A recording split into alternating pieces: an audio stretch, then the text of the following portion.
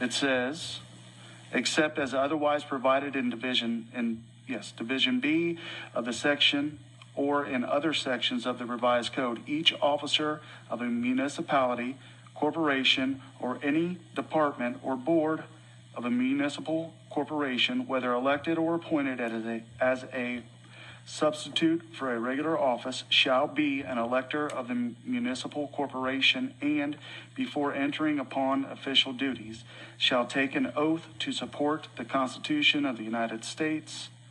It goes on to say, Section B, neither this section nor any other section of the revised code requires or shall be construed to require that a city fire chief be an elector, but that's the Ohio revised code.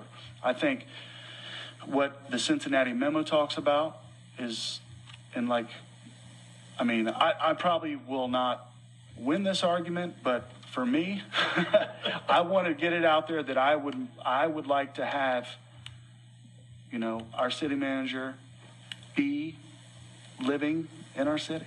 So, no, I agree with you. In an ideal world, it would be great if the city manager of the city was a resident and a voter, elector of the city. However, according to what Mr. Schaefer gave us, we can't enforce that. If council wanted to enforce that, they could. But then they would have, they could. According to the Cincinnati memo, according to that, they enforced that in Cincinnati. But didn't they lose the case? No. This case has not been challenged. They've not been litigated. Dayton litigated this extensively, and they lost at the state Supreme Court. For the city manager or for the employees? For all of them. Exactly. As long as they're an employee, and city manager is considered an employee. And the one thing that Alan puts in here that I think, when he talks about Section 33.68 of the Ohio Revised Code, which was a position that the city of Cincinnati took, that required officers of the city to be electors, it's not supported by an applicable statutory provision or case law. So our law director says we believe Section 9.481 of the Ohio Revised Code prevails over the position of the city of Cincinnati. So with that being said, he is our city council. This is his guidance to us. And for us to go against that and to keep that in the charter doesn't make much sense. If the law changes in the future and they institute residency requirements at the state level or whatever, it can always be put back in through a vote of the public. Because after having been given legal counsel stating one, if we go the other way, that puts us in a weakened legal position. Well, and the whole point of what we're doing right now is to bring this charter up to today. Okay. Not what ifs or, And council could still, in a hiring of a city manager, encourage that person to live within the city, or even to factor their willingness to live in the city into the hiring decision. Yeah, because the hiring decision is always objective and subjective. I know last meeting when we talked about this, we kind of all said, well, let's go out and talk to people about it. Mm-hmm. I've talked to a few people about it. And unfortunately, the one thing that keeps coming back is I've had 3 different people give me the same example. If we are looking to hire somebody from out of state, we find one of the best candidates we can find. Let's say they're from Michigan. They have a family, they have a wife, they want to move here. The first thing they're going to do is look at our school system. And right now, unfortunately, the state of our school system is going to eliminate people from wanting to live here because of candidacy. So if we have the best possible candidate for the city, but they don't want to live here, not because they don't take pride in the city, but because they want a better education for their children. And I understand there's so many other things involved in that, but that's what kept coming back to me, what people kept saying to me, is that their fear would be we would lose an amazing potential candidate because of when they step in, they would have to put their children in the school system that they might not believe is the best thing for their kids right now. Depending on where they move to, and also depending on if they choose not to send their kid to, say, St. Peter's, which is rated excellent, Bethel's rated excellent, depending on that. And again, it's a what if. Right. There's multiple factors, but Well, That is the one thing that kept coming back to me from people that I spoke to. Well, and the one thing that concerns me is if our city manager lives across the street from my development, which is in Riverside or in Dayton, regardless of depending on how it goes, do we have to pay him to move across the street or move somewhere into Huber Heights just to take the job? That's ridiculous. I mean, I think if we were to make council enforce this now, I don't think Rob to be a stubborn man, but I think it would cause him to resign because he would have to uproot his whole family. He'd have to uproot everything, and most people don't want to interrupt their lives for that. Sure. For me personally, I'm not directing this towards any person at all. I'm directing it toward the position in itself, whether it be this city manager or city managers down the road.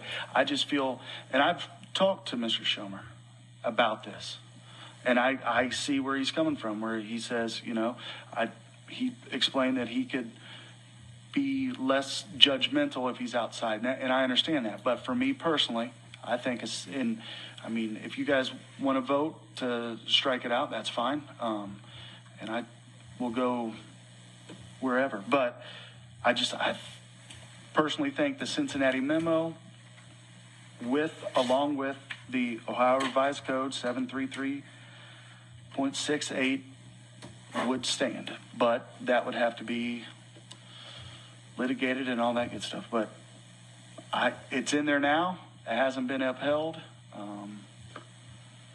So it probably wasn't in the future. Well, the current city manager has an employment agreement that governs his tenure at least till that agreement is, over. So even if it were to be enforced now, it couldn't be enforced in the current employment agreement. Sure. Mrs. Webb? The Ohio Revised Code says that it's not enforceable, that it's not, I don't know that it says it's not enforceable. It is not, they don't have to live there. There isn't a residency rule. For us, just because Cincinnati has done it, they're going against the rule because nobody has challenged them. I don't know that I want to take that chance and have somebody come back and sue us because that they're trying to go against what ORC says. So even though my personal opinion is I would like to see all of higher staff, the higher end, all live in Huber. That's the way I feel. I don't think it's enforceable. Or a reality even of our modern day and age. I mean, we've got, what is it, Mr. Jones, where does he travel from every day? Near Cincinnati. Near Cincinnati. I mean, you have people who commute all over the place for jobs. And I don't think anybody's going to, I think in the past, if you told somebody coming in, hey, you got to live in the city, yeah, they may just go with that and do it. But I think if you've got candidates coming from other places, and I know your opinion is that you think we have lots of qualified people here in this area, we may very well have that. I think we had some step up for council that have done a good job from this area, but I've never seen anybody or heard of anybody locally applying for that position when it's come up. Or if it hasn't even gone out public, I don't know.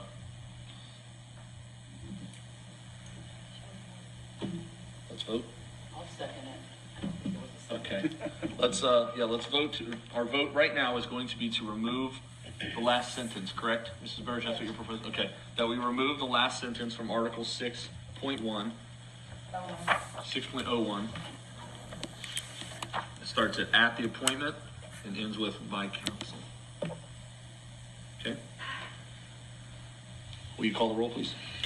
Mr. King? Yes. Mr. Manship? Yes. Mr. Shaw? No. Mr. Truman? No. Mrs. Webb? Yes. Mrs. Burge? Yes. Mr. Campbell? Yes. Mr. Heiner? Yes. Motion passes 6-2. All right, ladies and gentlemen, that is going to do it for episode 22 and the Huber Heights Candidate Series. Thank you for joining us here on Inspired and Admired. I hope you enjoyed this series. Next Wednesday, we are back. Inspired and Admired is back out of this series. Thank you for playing along with us for the last 8 episodes. We'll have a cool story for you next Wednesday. So, if you're new to the podcast and you only listen to the Candidate Series, stop by next Wednesday. I promise. Cool story next Wednesday. Thanks again. Thanks to all the candidates. And especially thank you for listening to Inspired and Admired.